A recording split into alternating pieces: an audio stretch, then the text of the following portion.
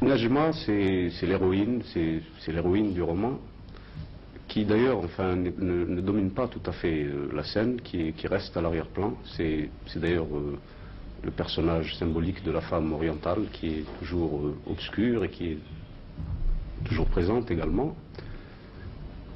Najma, c'est aussi une forme qui se profile, qui est à la fois la femme, le pays, l'ombre où se débattent les personnages finalement principaux du roman, qui sont 4 jeunes Algériens dont je raconte les aventures, les mésaventures. Évidemment, ça n'est pas si simple parce qu'il y a tout un monde autour d'eux et ils contribuent à façonner ce monde qui est encore incertain. Ils contribuent à façonner cette Algérie qui est actuellement noyée dans une espèce d'opacité, l'opacité d'un pays qui est en train de naître et dont les acteurs projettent des lueurs et finalement montrent les visages. Oui, on peut dire qu'au-delà des aventures et des mésaventures de ces 4 principaux personnages, ce que vous avez cherché sans doute, c'est d'exprimer ce qu'on pourrait appeler l'âme de l'Algérie. Oui, précisément, parce que la littérature algérienne, dans la mesure où elle commence à être connue, pourrait avoir pour rôle de montrer ce que un pays difficilement explicable, un pays qui est actuellement qui émerge de l'actualité mais dont les visages sont imprécis. Il s'agissait pour moi au départ de montrer ce qu'était ce pays, non pas à partir d'une étude sociologique stricte, mais à partir de l'âme de ces personnages qui finalement forment l'âme du pays. Oui, tout à l'heure j'ai fait allusion à l'existence d'une littérature algérienne. On peut dire d'ailleurs que c'est un phénomène extrêmement récent qui a combien, 6 ans, 7 ans, oui, c'est assez, une dizaine d'années. C'est ça, c'est assez compliqué. Sans vouloir remonter tout à fait aux sources, on peut dire qu'on a commencé en France à parler de littérature algérienne à partir de l'existence de ce qu'on appelait l'école d'Alger. Oui, qui était composée d'écrivains français et européens. C'est ça, français et européens, dont le chef de file à ce moment-là était Camus. Mais il y a eu déjà à l'époque un représentant du peuple arabo-berbère, surtout berbère, c'était Jean Amrouche qui a commencé à faire connaître le pays berbère par des poèmes, des chants traduits. Mais dans l'ensemble, c'était des écrivains européens et français dont les œuvres rendaient déjà un son étrange, un son qui, tout en s'intégrant à la symphonie enfin, des lettres françaises, avait une originalité, commençait à faire pressentir une originalité. Oui, il faut citer en dehors d'Amrouche, qui est devenu notre confrère à la radio, depuis Camus, Olisio, c'est ça, c'est des gens comme Robles même, Raoul Robles, Célie.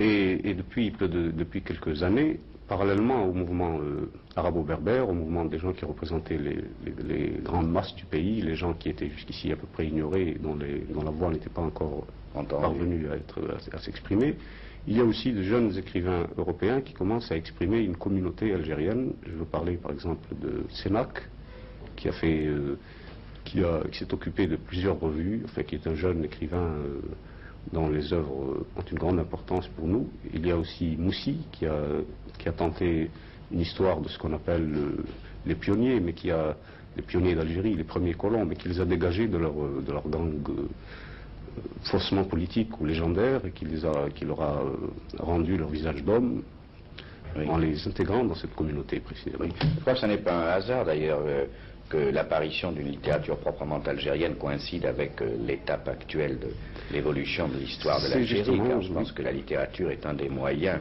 c'est précisément un signe d'utiliser un peuple pour prendre conscience de lui-même. C'est précisément un signe de cette prise de conscience. Oui. Est-ce qu'on peut définir déjà un fond commun à cette littérature algérienne, proprement algérienne? Alors, dont citons quelques noms, Mohamed Dib, Mamri, oui, Ouari, Feraoun, c'est ça. Et d'autres. Il y a également des poètes comme Malek Haddad. Et beaucoup d'autres jeunes dont les œuvres sont en cours de... Qu'ont-ils en commun? Est-ce qu'on peut déjà tracer les lignes de l'histoire de cette littérature algérienne, bien qu'elle n'ait qu'une dizaine d'années? Alors justement, là, il y a un phénomène assez nouveau, c'est que l'Algérie, comme vous le savez, est un pays aux origines très obscures, très complexes, qui a une histoire très chargée. Et jusqu'ici, les expressions littéraires de ce pays avaient été rares ou presque inexistantes. C'est pourquoi, depuis quelques années, et parallèlement au phénomène d'actualité, au phénomène politique, il y a eu une espèce d'explosion, une véritable explosion dans tous les sens. Alors évidemment, on est en peine à l'heure actuelle de faire un panoramique de cette littérature dans la mesure où il existe aussi bien des écrivains réalistes que des écrivains régionalistes, ou des écrivains qui ne portent aucune étiquette même et qui se cherchent des éléments plus ou moins isolés. Oui. Ce qu'on peut dire toutefois, c'est que sur le plan de la concrétisation du mouvement, l'œuvre la plus importante, celle qui a atteint le public français avec le plus d'envergure, la première, c'est Dib. Ça a été l'œuvre de Dib, qui est un roman réaliste. Oui.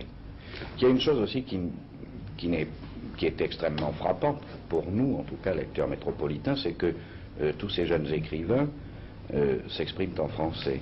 Oui, c'est une des choses les plus importantes précisément.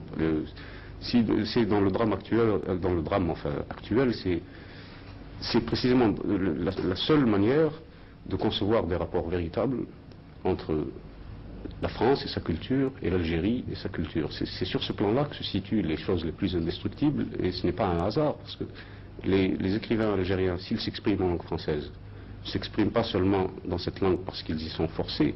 Il y a un peu de cela dans la mesure où il y a quelque chose d'inexorable dans l'histoire et où, ayant appris cette langue, nous nous exprimons en elle, mais il y a aussi le fait que dans cette langue, nous exprimons aussi notre originalité, et que s'il y a contradiction, cette contradiction est en train de se surmonter et d'ouvrir des perspectives nouvelles et réconfortantes.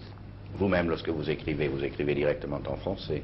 Oui, j'écris directement en français, mais c'est assez compliqué, c'est un phénomène presque unique dans la littérature d'ailleurs.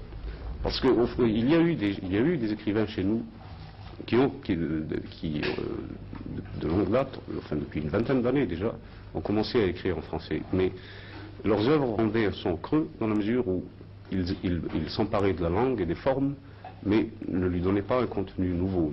Tandis que depuis la crise et depuis que des générations nouvelles apparaissent en Algérie et sont impétueuses et veulent acquérir des formes nouvelles, il se trouve que dans la langue française, nous exprimons l'âme du pays.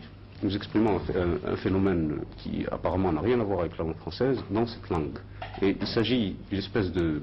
On ne peut pas parler de traduction à proprement parler, c'est beaucoup plus compliqué que cela. Par exemple, pour ma part, lorsque je ressens toutes les impressions que je ressens, tout le travail intérieur de l'écrivain se fait dans ma langue maternelle, l'arabe, dans la mesure où j'ai été éduqué dans le milieu arabe, où c'est la langue que j'ai parlé quand j'étais enfant et par laquelle j'ai été marqué. Et il se fait un curieux travail en profondeur à partir de ces impressions toutes fraîches, à partir du réservoir de la matière littéraire, vers l'élaboration en français. Dans la mesure où la langue française, pour ma part, m'offre les moyens les plus directs et les plus durables d'exprimer ces choses qui sans cela resteraient dans le domaine folklorique ou dans ce qu'on pourrait appeler l'enfance d'une littérature. Oui. Il n'y a pas de tendance actuelle à la faveur de certaines tendances nationalistes algériennes à retrouver la langue arabe dans une littérature. Alors il y a un double mouvement, et je crois que ce mouvement s'affirmera dans l'avenir. Il y a un retour naturel à la langue maternelle, qui est la langue arabe, et il y a aussi le désir très ferme de maintenir la langue française dans la mesure où elle fait partie maintenant de l'histoire de notre pays, où elle a façonné, enfin, elle aussi notre âme, et où, dans ce système bilingue, si on peut dire, nous affirmons une originalité. Oui, je crois d'ailleurs qu'il y a une difficulté malgré tout pour un écrivain algérien à utiliser la langue arabe presque autant que la langue française, puisqu'il s'agirait d'un arabe littéraire qui n'a rien à voir avec les dialectes qui sont parlés. C'est cela, de même que les écrivains français et les écrivains algériens de langue française aussi ont beaucoup de travail à faire pour maintenir la langue vivante et pour briser les cadres et pour sortir de la fausse tradition et du classicisme.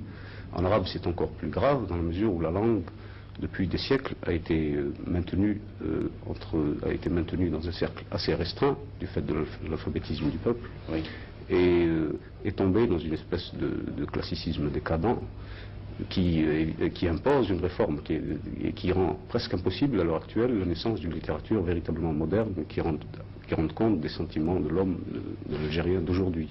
Oui, je crois que c'est tout de même une des données du problème culturel algérien, en tout cas que cette sorte de coexistence de deux véhicules qui sont l'un et l'autre à l'origine étrangers au dialecte local. C'est ça, et qui sont devenus indispensables pour la